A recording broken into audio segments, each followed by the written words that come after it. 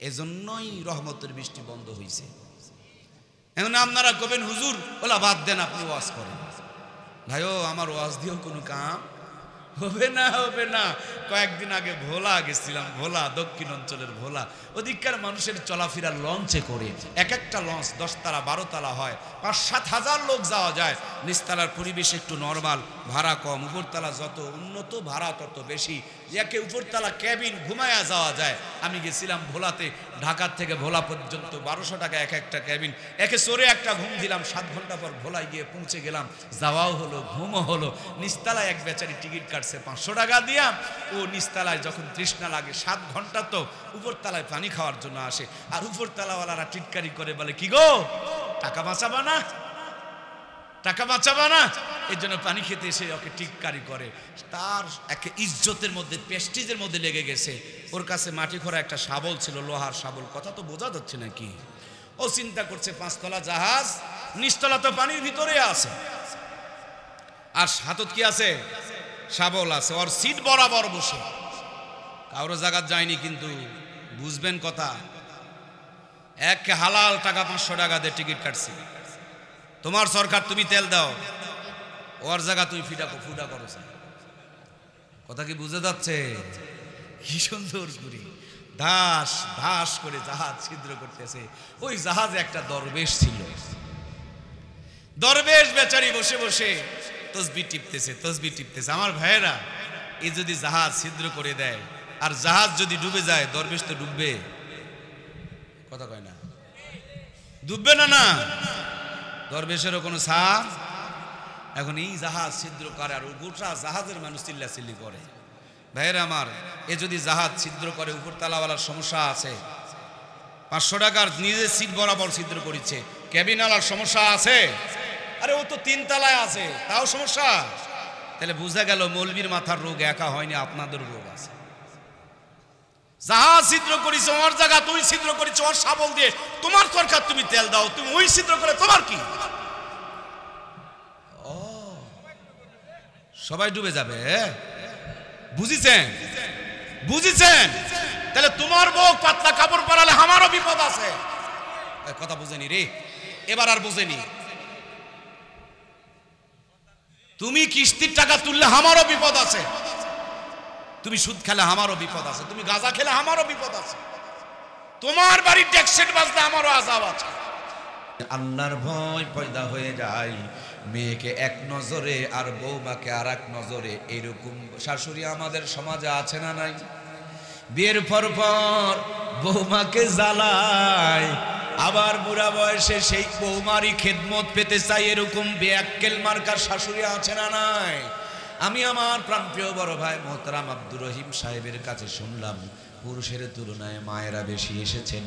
আমার মমতাময়ী মায়েদের উদ্দেশ্যে আমি দুটি কথা বলতে চাই।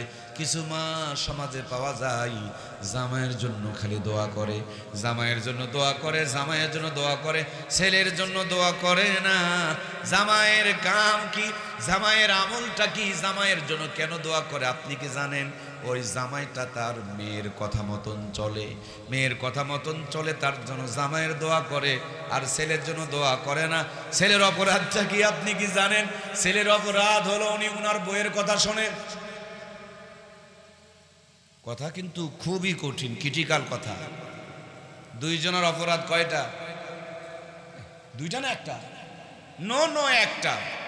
জামাই কার মতন কথা মতন চলে? ওনার মেয়ে, কিন্তু তার বউ। তাহলে এই জামাইও বউয়ের কথা মতন চলে, ছেলেও বউয়ের কথা মতন চলে, কিন্তু শাশুড়ি দোয়া করে জামাইয়ের জন্য, ছেলের জন্য দোয়া। নিজের মেয়ে যে, এই জন্য ছেলের পক্ষে, জামাইয়ের পক্ষে দোয়া হয়। আমার প্রাণপ্রিয় মায়েরা, জামাইয়ের জন্য দোয়া করছেন, ছেলের জন্য বড় দোয়া করছেন কেন? ছেলেটা আপনার কথা শোনে না, বউয়ের কথা শোনে। তার জন্য বেশিরভাগ মায়েদের কাছে গিয়া বসে গল্প শোনেন তো দেখবেন মায়েরা অভিযোগ করবে যে আমার ছেলে বশ করে ফেলছে, তাবিজ করে ফেলছে, করণীয় করে ফেলছে, আমার ছেলে আমার কথা মতন চলে না। আবার বউয়ের কাছে যান, ভাবিদের কাছে যান, আমার আপাদের কাছে যান, তাদের কাছে গিয়ে জিজ্ঞেস করবেন যে তোমার ভাই তো এটা মানুষই নয়। ওই মায়ের কথা যারা কিছু বোঝে না, মাও টানে একদিকে, বউ টানে আর একদিকে, দুই দিকের টানাটানিতে অনেক পুরুষের জীবনটা ঝালাবালা হয়ে যাচ্ছে। কথা বলুন ঠিক কিনা? অনেকে সহ্য করতে না পেরে আত্মহত্যা করে ফেলতেছে বউ শাশুড়ির টানাটানির কারণে। সম্মানিত প্রিয় ভাইয়ারা, আমার পর্দানিসীন কলিজার টুকরা মায়েরা, অল্প কয়েকদিন আগে বাইতুল্লাহ শরীফে এক মেয়ে মানুষ উমরা করতে গেছেন। হঠাৎ করতে বাইতুল্লাহ তোয়াফ করতে করতে চিল্লাচিল্লি শুরু করে দিয়েছেন। মানুষজন জিজ্ঞেস করছে, বোন চিল্লাচিল্লি করো কেন? উনি বলেন, আমি আল্লাহর ঘর দেখতে পাচ্ছি না, আমি কাবার দিকে তাকালেই যেন ভয়াবহ ভয়ঙ্কর কিছু আমি দেখতে পাই, আমাকে এখান থেকে নিয়ে চলো, আমাকে দূরে নিয়ে চলো। সে চিৎকার করে, কান্নাকাটি করে, গোড়াগড়ি করে, হাওমাও করে চিৎকার করে, বাইতুল্লাহ দেখতে পাচ্ছেন না, আল্লাহর ঘরের দিকে তাকালেই যেন ভয়াবহ তার চোখের সামনে কি ভেসে উঠতেছে। মানুষজন তাকে দূরে সরায়া নিয়া তাকে শান্ত করে বলছেন, তুমি এরকমটা দেখছো কেন? আল্লাহর বান্দি বলেন, আমি আমার শ্বশুর বাড়ির লোকজনকে বশ করানোর জন্য, তাবে করানোর জন্য তাবিজ করেছিলাম, করণীয় করেছিলাম, কালো বান মেরেছিলাম, কালো জাদু করেছিলাম। এক মৃত মহিলাকে গোসল করিয়ে দেওয়ার সময় তার মুখের মধ্যে তাবিজ ঢুকায়া দিয়েছিলাম। মরা মানুষ যেমন অন্যায়ের প্রতিবাদ করে না, কথা বলতে পারে না, আমার শ্বশুরের পরিবারের লোকজন ওইরকম মুর্দা মানুষের মতন আমার বিরুদ্ধে কথা বলবে না, সেজন্য আমি কালো জাদু করেছিলাম। এজন্যই মনে হয় আল্লাহ আমার চোখের জ্যোতি কেড়ে নিয়েছে, আল্লাহর ঘরকে আমার নজর থেকে গায়েব করে দিয়েছে। আর বাইতুল্লাহ দেখলেই যেন আমার চোখের সামনে ভয়াবহ কি ফুটে উঠতেছে। আজকে ওলামায়ে কেরাম গবেষণা করে বলেছেন, বাংলার জমিনে 25 থেকে 30% ঘরের মধ্যে এই জাদুটোনা আছে। শতকরা কত পার্সেন্ট? কয় না গো, কত পার্সেন্ট? এখানে যদি 500 জন থাকেন, 5-30-150 জনের উপরে এই বান এবং জাদুটোনা আছে এখানে যারা বসে। বইয়েরা যদি বাবার বাড়িতে যায়, মার গলা জড়িয়ে ধরে কাঁদে আর বলে, মা গো আমাকে একটু কবিরাজের বাড়িতে নিয়ে চলো, তোমার জামাই আমার কথা শোনে না, তোমার জামাইয়ের জন্য কিছু একটা ব্যবস্থা করো। ম্যাক্সিমাম বোনেরা শ্বশুর বাড়ির থেকে বাবার বাড়িতে যাওয়ার পর খালি কবিরাজের বাড়িতে বাড়িতে ঘোরে। এই কথা কয় না কেন গো? এই জানেন না? আমি জানি, আমি জানি, আমি জেনে শুনে বুঝে গবেষণা করে হিসাব করে রিসার্চ করে বলতেছি। অল্প কয়েকদিন আগে আমি পাইছি এরকম কিছু দেখতে, আমি নিজের চোখে কয়েকদিন আগে দেখেছি। তারও কিছুদিন আগে আরেক জায়গাতে দেখছিলাম যে এক মেয়ে মানুষের ভ্যানিটির ব্যাগের মধ্যে ছোট্ট একটা কাগজের টুকরা, মন খারাপ করছেন নাকি? সেখানে দেখতেছি কিছু গোলমরিচ আছে। কিরে গোলমরিচ আর কাগজের টুকরা? পুরাতন ভ্যানিটি ব্যাগ। আমি ওই গোলমরিচ আর কাগজের টুকরাটা বের করে দেখলাম, কাগজের মধ্যে লেখা আছে এই দোয়াটা পড়ে গোলমরিচে ফু দিয়া সেটা যদি চুলার মধ্যে ফেলে দেওয়া হয় তাহলে স্বামীরে বশে করা যাবে। আল্লাহ আমাদেরকে মাফ করুক, বলুন আমিন। এখন বউ গোলমরিচ পরে চুলার মধ্যে ফেলে দিয়ে আপনাকে তার দিকে টানতেছে, ওই আমলই যদি আবার মা করে, কথা বুঝতেছেন না?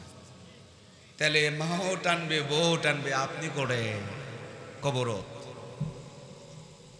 বেশি দিন কবরে যেতে লাগবে না।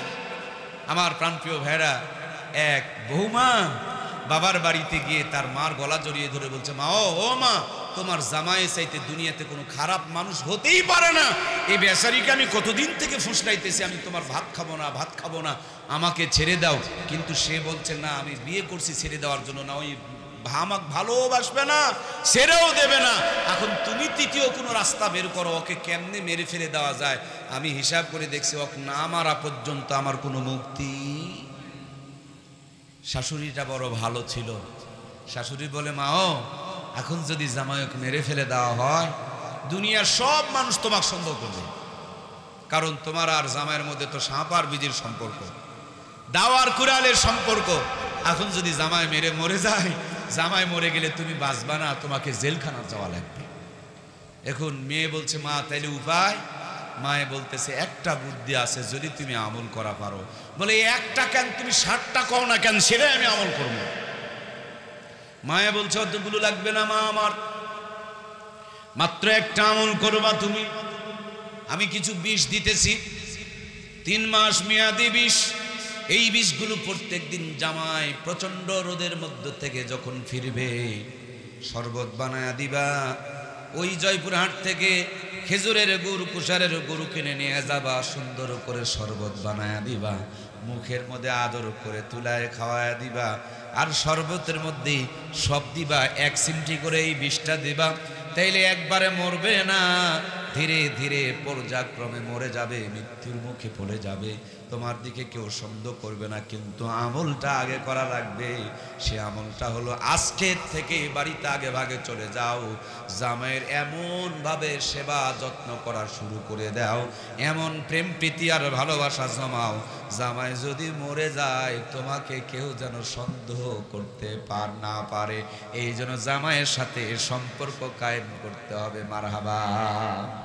জামাইয়ের মা বাবাকে অত্যন্ত ভালোবাসবা, জামাইয়ের কথা সব শুনবা।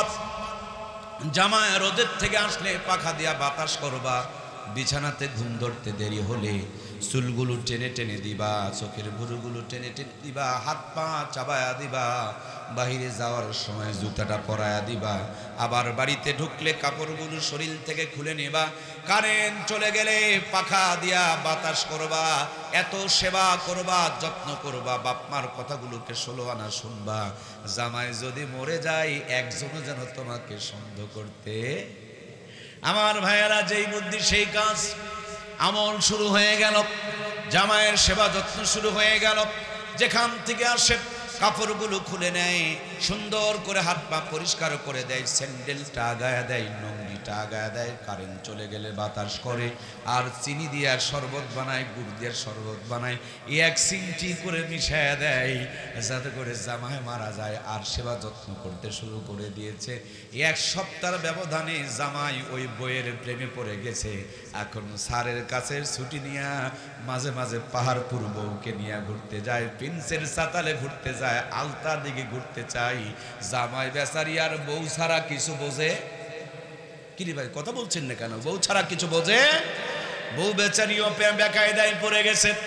জামাই চাকরিতে গিয়েছে, এক দৌড় দিয়া বাসায় থেকে বের হইয়া আমার বাড়িতে গিয়া আমার পাটা জড়িয়ে ধরে বলে, মা, ও মা, সর্বনাশ হয়ে গেছে গো মা, তুমি যেই বিষটা দিয়েছিলে আমি মাত্র 3 দিন খাওয়াইছি, আর তুমি যে আমলটা দিয়েছো প্রথম দিন থেকে শুরু করে দিয়েছি, 1 সপ্তাহ হলো তোমার জামাইয়ের মতন আমি হিসাব করে দেখছি দুনিয়াতে আর একটাও ভালো মানুষ হতে পারে না। আদম আলাইহিস সালাম থেকে নিয়ে কিয়ামত পর্যন্ত এর চাইতে ভালো মানুষ আল্লাহ কোনোদিন আর তৈরি করবে না। সুবহানাল্লাহ। যেই মেয়ে 1 সপ্তাহ আগে বলে দুনিয়ার সবচেয়ে খারাপ মানুষ, ওই মেয়ে এখন 1 সপ্তাহ পরে বলছে এটা দুনিয়ার সবচাইতে ভালো মানুষ। মার পা জড়িয়ে ধরে বলে, মা, যে কোনো মূল্যেই হোক তোমাকে তোমার জামাইরে বাঁচাইতে হবে। মারে মা, আমি তো এটা আর খাওয়াইনি, ওই বিষগুলো ফেলে দিয়ে আসছি, কিন্তু আমি যে 3 দিন খাওয়াইছি, এর কারণেই যদি তোমার জামাই মারা যায়, তুমি আমার মা শুনে রাখো, তোমার জামাই মরার আগেই কিন্তু আমি মরে যাব। তোমার জামাই ছাড়া আমি 1 মিনিটও বাঁচব না। যে করে হলেও, যে কোনো মূল্যে হলেও তোমার জামাইকে বাঁচাইতে হবে, ওই বিষের অ্যাকশনকে নষ্ট করে দিতে হবে। মায়ের তো আনন্দে মনটা ভরে গিয়েছে, মেয়েকে বুকের মধ্যে জড়িয়ে নিয়েছে, মাথায় হাত বোলায় আর আদর করে কপালে চুমু দিয়ে বলে, মা, এবারই তোমার পরীক্ষায় তুমি জিতে গিয়েছ। 1 সপ্তাহ আগে তুমি বলেছিলাম দুনিয়ার সবচেয়ে খারাপ মানুষ ওইটা, 1 সপ্তাহ পরে বলতেছ দুনিয়ার সবচেয়ে দামি মানুষ ওইটা। আমার জামাইয়ের কথা বিশ্বাস করব না তোমার কথা বিশ্বাস করব? 1 সপ্তাহ আগের কথা বিশ্বাস করব না 1 সপ্তাহ পরের কথা বিশ্বাস করব? আমার তো বিশ্বাস হয় না, তুমি কি সত্যি বলতেছ? মেয়ে এবার ধুলাবালিতে গড়াগড়ি করে, মার পা জড়িয়ে ধরে বলে, মা, আমি সত্যি করে বলছি, আল্লাহর কসম করে বলছি, তোমার জামাইয়ের চাইতে পৃথিবীতে দামি কোনো মানুষ আর ভালো মানুষ হতে পারে না। আল্লাহর বান্দি মেয়েকে বুকে জড়িয়ে নিয়ে বলে, মা, এটা জামাইয়ের আমল নয়, জামাই ভালো নয়। 1 সপ্তাহ আগে আমার মেয়েটা বেয়াদব ছিল, তার জন্য তার সংসারের মধ্যে আগুন জ্বলতেছিল, আর এই 1 সপ্তাহের ব্যবধানে আমার মেয়ে জামাইয়ের হাত থেকে মুক্তি পাওয়ার জন্য আমি যেইভাবে বলেছি স্বামীর খেদমত করেছেন, শ্বশুর শাশুড়ির কথা মতন চলেছে, মেয়ে আমার 1 সপ্তাহ ভালো হয়ে গিয়েছে। এই জন্য তার স্বামীর পরিবারটা জান্নাতের টুকরা হয়ে গেছে। ঠিক কিনা? জোরে বলেন ঠিক কিনা? এ দোষ জামাইয়ের ছিল না, এ দোষ ছিল মেয়ের। কথা কি বোঝা যায় কিনা? পর্দার আড়ালে আমার মা বোনেরা যারা আছেন, মেয়ে যখন বাবার বাড়িতে এসে বলে জামাইয়ের বিরুদ্ধে, তখন মায়েরা দেখবেন গোড়া কাটার জন্য ষড়যন্ত্র আর বুদ্ধি শিখায় দেয়। কথা বলুন ঠিক কিনা? মেয়েকে বুকের মধ্যে নিয়ে বাসার থেকে একটু পিছন দিকে গিয়া কদুর জাংলা ছিল, কদুর পাতাগুলো আমার ভাইরা শুকিয়ে যাওয়ার পর একটু কি শুকায় আসে না, এই পাতাগুলোকে নিয়া হাতের মধ্যে ডলা দিয়া ছোট্ট একটা কৌটার মধ্যে ওইটুকু ঢুকায়া দিয়া বলছিল এগুলোর বিষ, এগুলোন খাওয়ালে জামাই মরে যাবে। মেয়েকে গাছের তলে নিয়া বা কয়েকটা শুকনা পাতা পেরে ডলা দিয়া বলছে তুমি 3 দিন যে তোমার জামাইরে বিষ খাওয়াইছো, ওগুলো বিষ নয়, এগুলো হলো কদুর পাতার গোড়া। এগুলো কিয়ামত পর্যন্ত খেলে জামাই মরবে না, বরঞ্চ জামাই আরো বাড়বে। জামাইয়ের রোগ ছিল না, রোগ ছিল তোমার। তুমি যদি জামাইয়ের কথা আগের থেকে শুনতে, সেবা যত্ন করতে, তাকে হিসাব করে চলতে, তাইলে তোমার পরিবারের এত অশান্তি হতো না। পর্দার আড়ালে যেই বোনেরা বসে আছেন, বুকে হাত দিয়ে আপনাদেরকে জিজ্ঞেস করছি, আপনারা যদি ভালো হয়ে যান, শ্বশুরও ভালো হয়ে যাবে, শাশুড়ি ভালো হয়ে যাবে, জামাইও ভালো হয়ে যাবে, ওই পরিবারটা জান্নাতের টুকরা হয়ে যাবে। ঠিক কিনা আমার প্রাণপ্রিয় ভাইয়েরা? সেজন্য পরিষ্কার কথা আল্লাহ তাআলা বলেন, ইয়া আইয়ুহাল্লাযীনা আমানুত্তাকুল্লাহ, আল্লাহকে ভয় করতে হবে, ভয় করার মতন। বেশিরভাগ মেয়েরা বাবার বাড়িতে যায়, বাবার বাড়িতে যাওয়ার পর তার বাপ মার যেন ভাত কাপড়ে কোনো সমস্যা না হয়, এই চিন্তা নিয়ে ব্যস্ত থাকে। কথা বলুন ঠিক কিনা? কাজ করে স্বামীর বাড়িতে আর মন পড়ে থাকে বাবার বাড়িতে। কথা বলেন? পড়ে থাকে স্বামীর বাড়িতে আর মন আছে বাবার বাড়িতে। মায়ে খালো কিনা, বাপার ঔষধ হলো কিনা, বাপ কোটে গেল, বাপে রোদ লাগিচ্ছে, হাইরে এই বুড়া বয়সে খাটিচ্ছে, থাকে ভাতারের বাড়ি, তার চিন্তা করে বাপের বাড়িতে আছে না নাই। মন খারাপ করলেন? ও এনা বাই হয়ে গেছে নয়, স্বামী বলতে বাদ দিয়ে ভাতার কইছি তাই নয়, আমি জানে শুনে বুঝেই কইছি, কারণ মনোজ্জান থাকে, মনোজ্জান থাকে। শেখ ফরিদউদ্দিন আক্তার নামক একজন ফার্সি শায়ের আছে, উনি একজন আতর ব্যবসায়ী ছিলেন। তার ম্যানেজারকে তাবলিগের সিল্লায় পাঠিয়ে দিয়েছে নিজের টাকা দিয়ে। সিল্লাত থেকে ফিরে আসার পর ম্যানেজারের বেতন বাড়ায় দিয়েছে। 1 সপ্তাহ পর ম্যানেজারকে আবার চাকরি থেকে বিদায় করে দিয়েছে। বন্ধুরা ডাকতে বলে, শেখ ফরিদ, নিজের টাকা খরচ করে বেতনও দিলা, চিল্লার খরচও দিলা, বেতনও বাড়াইলা, এতদিনের এই তোমার ম্যানেজারের তোমার তাকে তৈরি করে আবার চাকরির থেকে বাদ দিয়ে দিলা, কারণটা কি? শেখ ফরিদ বলে, আমার এই ম্যানেজার তার ছেলেকে দোকান করে দিয়েছে, আতরের দোকান, বসে থাকে আমার দোকানে আর চিন্তা করে তার বেটার দোকানের। কথা বোঝেনি রে? বেশিরভাগ মেয়েরা থাকে স্বামীর বাড়ি, তার চিন্তা করে বাবার বাড়ি। বাবার বাড়ি গেলে বোনেরা আমার মুফতি হয়ে যায়, মহাদ্দেশ হয়ে যায়, বড় বড় বক্তা আর হুজুরকেও ফেল মানায়া দেয়। বাপ মার কেমনি খেদমত করা লাগবে, কোন খেদমত করলে কত নেকি পাওয়া যাবে। ভাইকে আর ভাবিকে খালি এই ওয়াজ শোনায় মেয়েটা, যা সকাল থেকে সন্ধ্যা পর্যন্ত বৈকাল পর্যন্ত ওয়াজ করে। বৈকাল বেলা যখন বাবার বাড়ির থেকে স্বামীর বাড়িতে আসে, ভাতারের ভাত মাও কার ভাত দেওয়ার তার চিন্তা। এই যারা যারা কথা বললেন না, আপনারা কি বইয়ের ভাড়োয়া নাকি? 90% মেয়েদের এই চরিত্র। বাপ মা যেন ভাত পায়, কিন্তু স্বামীর বাপ মাকে ভাত দেওয়ার কোনো চিন্তা তার মাথায়। ওর বাপ মা বাড়িতে আসলে নাচে নাচে আমল করে, কিন্তু স্বামীর বাবার বাড়ির থেকে কোনো যদি মেহমান আসে, এই যে মুখ, 1/2 কেজি মুখ ফুলে হয়েছে 5 কেজি। কথা কয় না রে, কথা কয় না রে, কথা কয় না। খালি গাওত ব্যথা, পাওত ব্যথা, দাঁতত ব্যথা, চুলত ব্যথা, এত যন্ত্রণা কি আর সওয়া যায়? সপ্তাহে সপ্তাহে খালি মেহমান আর মেহমান, মেহমান আর মেহমান, জীবনে এলা সয় না। বৌমাকে সতীনের মতন দেখো না, বৌমাকে মেয়ের মতন দেখো, বুড়া বয়সে তোমাকে মায়ের মতন দেখবে। কথা বলুন ঠিক কিনা? প্রিয় বোনেরা আমার, বাবা মার চিন্তা এত করিও না, শ্বশুর শাশুড়ির সেবা যত্ন করো। তোমার বৃদ্ধ বাবা মাকে ভালো রাখবেন কে? আর যদি শ্বশুর শাশুড়ির প্রতি জুলুম অত্যাচার নির্যাতন করো, শুনে রাখো তোমার বাপ মাকে আল্লাহ প্যারালাইসিসে রোগী বানায়া দিবে। কারণ এই জায়গাতে স্বামীর বাপ মাকে না খাওয়ায় রাখতেছো তুমি, আর আল্লাহ তোমার বাপ মা রিজিক তুলে নিবে। কথা বলুন ঠিক কিনা? রিমোটের এই জায়গাতে চাপ মারবেন, ওই জায়গাতে চ্যানেল পরিবর্তন হয়ে যায়। শ্বশুর বাড়িতে স্বামীর বাপ মাকে নির্যাতন করবেন, আপনার বাপ মার রিজিক বন্ধ হয়ে যাবে। আপনার সুস্থ বাবা মাকে আল্লাহ তাআলা অসুস্থ বানিয়ে দিবে, প্যারালাইসিসে আক্রান্ত করে দিবে। বেশিরভাগ মেয়েরা স্বামীর বাপ মাকে ভাত দিতে চায় না, স্বামীর বাড়িতে থাকে, স্বামীর বাড়িতে ঘুমায়, আর বাপের বাড়ির চিন্তা নিয়ে কটর কটর করে। কথা বলুন ঠিক কিনা?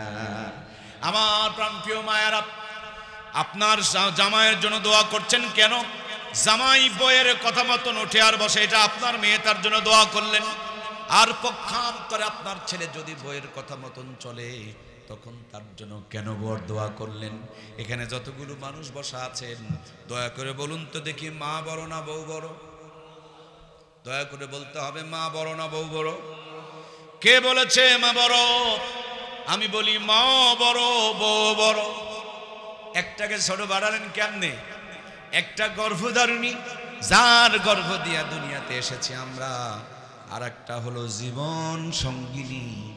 কারো জীবন সঙ্গিনী যদি সার্টিফিকেট দেয় আমার স্বামীটা ভালো ছিল, আল্লাহর জান্নাত তার জন্য ওয়াজিব হয়ে যায়। সুবহানাল্লাহ। এত গরিবের মতন বললেন, জোরে বলেন সুবহানাল্লাহ। মায়ের পায়ের নিচে সন্তানের জন্য বেহেশত। মার দিকে তাকায় দেখলে চোখের সগীরা গুনাহগুলো মাফ হয়ে যায়। আল্লাহর নবী বলেছেন, হালাল বিবির দিকে কেউ যদি মহব্বত আর ভালোবাসার নিচে নজরে তাকায় দেখে, ওই যুবক আর যুবতীর চোখের সগীরা গুনাহগুলোকেও আল্লাহ তাআলা মাফ করে দেয়। এজন্য প্রিয় ভাইয়েরা আমার, কেউ কাউরা চাইতে ছোট না। একজন জীবন সঙ্গিনী, তার অনেক অবদান আছে। জীবন সঙ্গিনী যদি খারাপ হয়, জীবন সঙ্গিনী যদি লুচ্চা হয়, জীবন সঙ্গিনী যদি আচরণ তার ভালো না হয়, আপনার প্রতি আন্তরিক না হয়, আপনার সংসার হয়ে যাবে জাহান্নামের আখড়া আর আংরা। এজন্য জীবন সঙ্গিনীর অনেক দরকার, জীবন সঙ্গিনী অনেক দামি। আর গর্ভধারিণী মা, তার তো তুলনাই হয় না। মায়ের কথায় বইয়ের প্রতি নির্যাতন করা যাবে না, আবার বইয়ের কথা মতন মাকেও ঘর থেকে বের করে দেওয়া যাবে না। আমার দেশে কিছু কাপুরুষ পাওয়া যায়, অনেকে মার পাম্পুসিং বুঝতে পারে না, বইয়ের প্রতি জুলুম করে। আবার কিছু আরো বড় কাপুরুষ আছে, বইয়ের কথা মতন মাকে ঘর থেকে বের করে দেয়। কথা বলুন ঠিক কিনা? এজন্য প্রিয় ভাইয়েরা আমার, মাকেও ভালোবাসতে বলেছেন আমার নবী, বিবিকেও ভালোবাসতে বলেছেন আমার নবী। খেয়াল রাখতে হবে বন্ধু, লাল তার আর কালো তার এক জায়গায় করলে আলো জ্বলে, লাল তার আর কালো তার যদি হোল্ডার ছাড়া আর এক জায়গায় করেন, নিয়ন্ত্রণ ছাড়া আর এক জায়গায় করেন, আগুন জ্বলে। এই জন্য আপনি হোল্ডারের মতন মা আর বইয়ের মধ্যে ব্যালেন্স তৈরি করতে হবে। যদি ব্যালেন্স করতে পারেন, সংসারে জান্নাতের আলো জ্বলবে। আর মা আর বিবির মধ্যে যদি ব্যালেন্স করতে না পারেন, সংসারটা জাহান্নাম হয়ে যাবে। ঠিক কিনা? দুনিয়াও বরবাদ হয়ে যাবে, আখেরাতও বরবাদ হয়ে যাবে। এই জন্য প্রাণপ্রিয় মায়েরা আমার, আপনারা কত দামি, কত সম্মানী। আমরা পুরুষ জাতি, আমাদের পায়ের নিচে জুতা স্যান্ডেল আর মাটি। আমার মায়েরা এত খাঁটি, মায়েদের পায়ের নিচে সন্তানের জন্য বেহেশত বানিয়ে রেখেছেন কে? আল্লাহ তাআলা হযরত আদম আলাইহিস সালামকে তৈরি করেছেন জান্নাতের বাহিরে, আর বরাম্মা হযরতে হাওয়াকে আল্লাহ তাআলা নিজেই তার কুদরতি হাত দিয়ে তৈরি করেছেন জান্নাতের ভিতরে। বাবাকে বাহিরে আর মাকে ভিতরে বানায়া, সবার আগে স্পেশাল করে জান্নাতের ভিতরে বানায়া মায়েদের মর্যাদা বাড়িয়ে দিয়েছেন কে? এই দুনিয়াতে আসার পর বরাব্বা হযরতে আদম বড় বড় গাছের 3টা টুকরা পাতা দিয়ে ইজ্জতকে ঢেকে রেখেছিলেন। সেই জন্য মৃত্যুর পর পুরুষের জন্য, ছেলে মানুষের জন্য, আমাদের জন্য কাফনের কাপড় 1 পিস। আর বরাম্মা হযরতে হাওয়া বড় বড় গাছের 5টা টুকরা পাতা দিয়ে ইজ্জতকে ঢেকে রেখেছিলেন।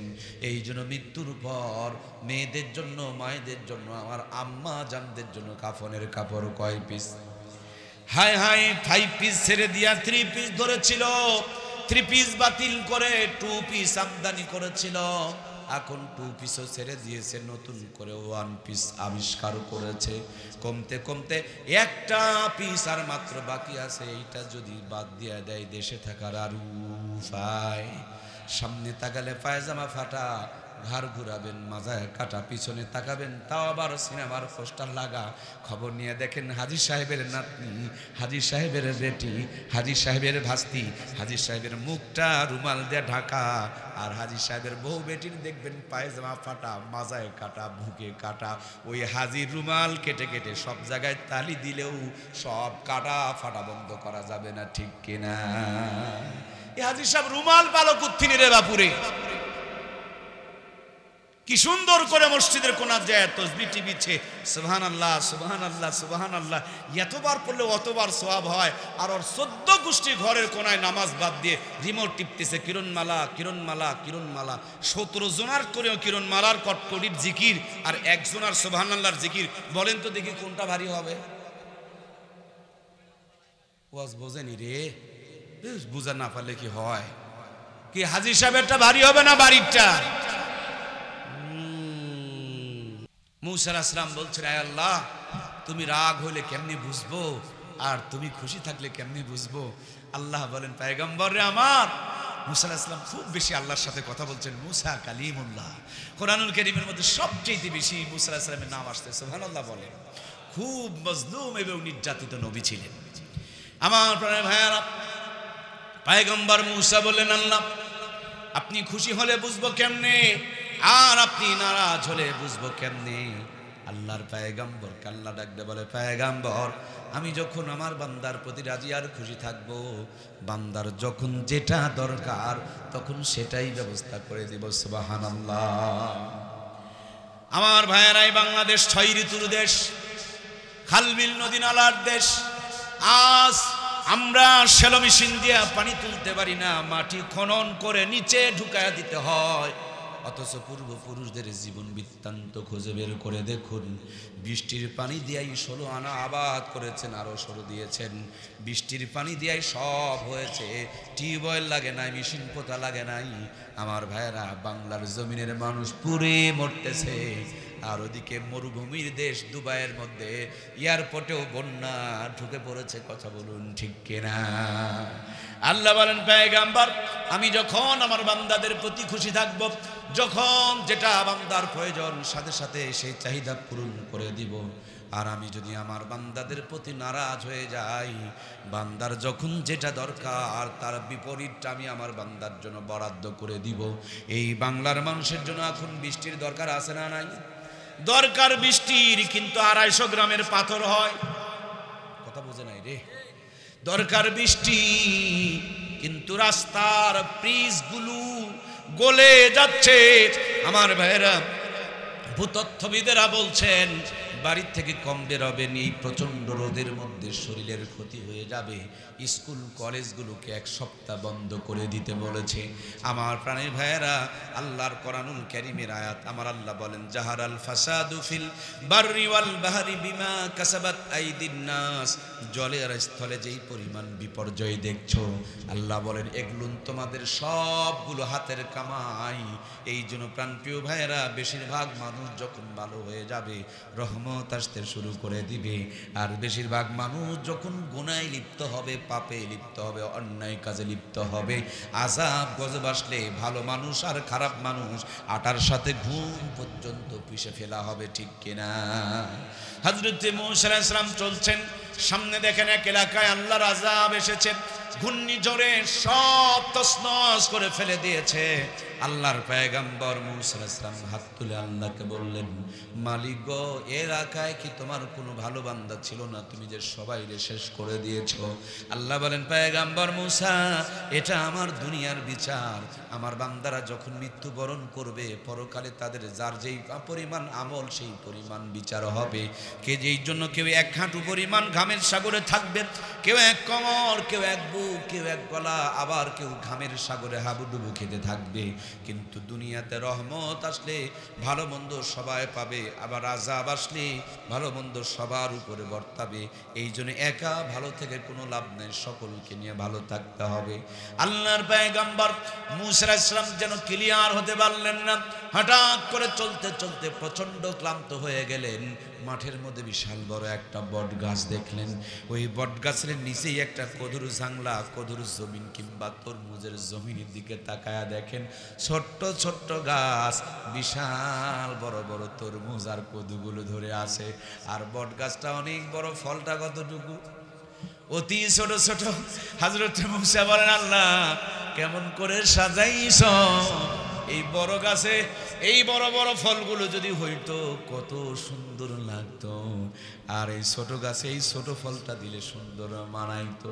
আমার প্রাণপ্রিয় ভাইয়েরা, ওনাকে ক্লান্ত লাগছে, গাছের শিকড়ের উপরে মাথা দিয়ে ঘুমিয়ে পড়েছে।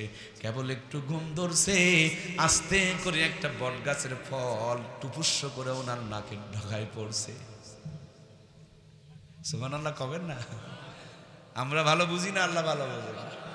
মূসা আলাইহিস সালাম কেবলই হিসাব করছে, আল্লাহ এই বেল, কদু আর তাল, এই যে আপনার তরমুজ, এগুলো যদি এই বড় গাছটায় ধরতো কত না সুন্দর মানাইতো। আসলেই যদি ওই সুন্দর মানানসই ওই বট গাছের মতন বেল মার্কা, তাল মার্কার, তরমুজ মার্কা ফলটা যদি নাকের ডগায় পড়তো, মূসা আলাইহিস সালামের খুঁজে পাওয়া যেত। মূসা আলাইহিস সালাম ওঠে, নাক ডলে আর বলে, আল্লাহ আমি যা বুঝি আমারটা ফাও, তোমারটাই সঠিক আল্লাহ, আসলেই আমি অনেক কিছু বুঝি না। আবার আর একটু যখন হালকা ঘুম ধরছে, এমন মুহূর্তে একটা বিষ পিঁপড়া, চিনেন তো? আরে ক্যাপসুল মার্কাগুলো চিনেন না রে ভাই? কামড়ালে খুব মজা লাগে, তাই না? সেই চুলকানি, ওই সেই মজা। আমার প্রিয় ভাইয়েরা, কেবল একটা বসাম দিছে। মূসা আলাইহিস সালাম খুব রাগী নবী ছিলেন, মাঝে মাঝে রাগের যন্ত্রণায় টুপি আর পাগড়ি খুলে উপর দিকে ফিকাইয়া দিয়ে বলতেন, আল্লাহ তোমার কলিমুল্লাহর চাকরি আমি করব না। দূরু আপনি কোন একটা করেন আর একটা। ওই যে একবার তুর পাহাড়ে যাচ্ছেন, পশু পাখিগুলো বলছেন, আল্লাহর পয়গম্বর আমাদের জন্য একটু বলিও, আমাদের বৃষ্টি নাই, বড় কষ্টে আছি, আল্লাহ যেন রহমতের একটু বৃষ্টি দেয়, অন্তত শুনে আসিও কবে বৃষ্টি হবে। মূসা আলাইহিস সালাম গিয়ে জিজ্ঞেস করছেন, আল্লাহ তোমার মাখলুকগুলোর বড় কষ্ট হচ্ছে, আল্লাহ তুমি কবে বৃষ্টি দিবা? মূসা আলাইহিস সালামকে আল্লাহ জানালেন 3 বছর পরে বৃষ্টি হবে। মূসা আলাইহিস সালাম শুনে আসছে মাখলুকগুলো তারে ছেড়ে ধরেছে, উনি বলছেন 3 বছর পরে বৃষ্টি হবে। এরা 3 বছর পরে বৃষ্টি হবে, 3 বছর আগেই আল্লাহর শুকরিয়া আদায় করতে করতে আনন্দ শুরু করে দিয়েছে। সুবহানাল্লাহ বলেন। মূসা আলাইহিস সালামের চতুর্দিকে এরা নাচানাচি করে, আল্লাহর শুকরিয়া আদায় করে। ঝমঝম করে এমন বৃষ্টি এসেছে, মূসা আলাইহিস সালাম বৃষ্টির পানিতে ভিজে গিয়েছে। এই সময় লজ্জিত হয়ে গেছে, কারণ বৃষ্টি হওয়ার কথা কয় বছর পরে? 3 মিনিটও লাগে না, বৃষ্টি চালু হয়ে গেছে। জিহ্বায় কামড় দিয়ে বলে, আল্লাহ আমি তোমার কলিমুল্লাহর চাকরি করব না। মাথার থেকে পাগড়ি খুলে উপর দিকে ফিকায় দিয়েছে। আল্লাহ তাআলা ডাকতে বলে, পয়গম্বর একটা কথা মনে রাখবা আর আরেকটা মনে রাখবে না, তা কিন্তু হয় না।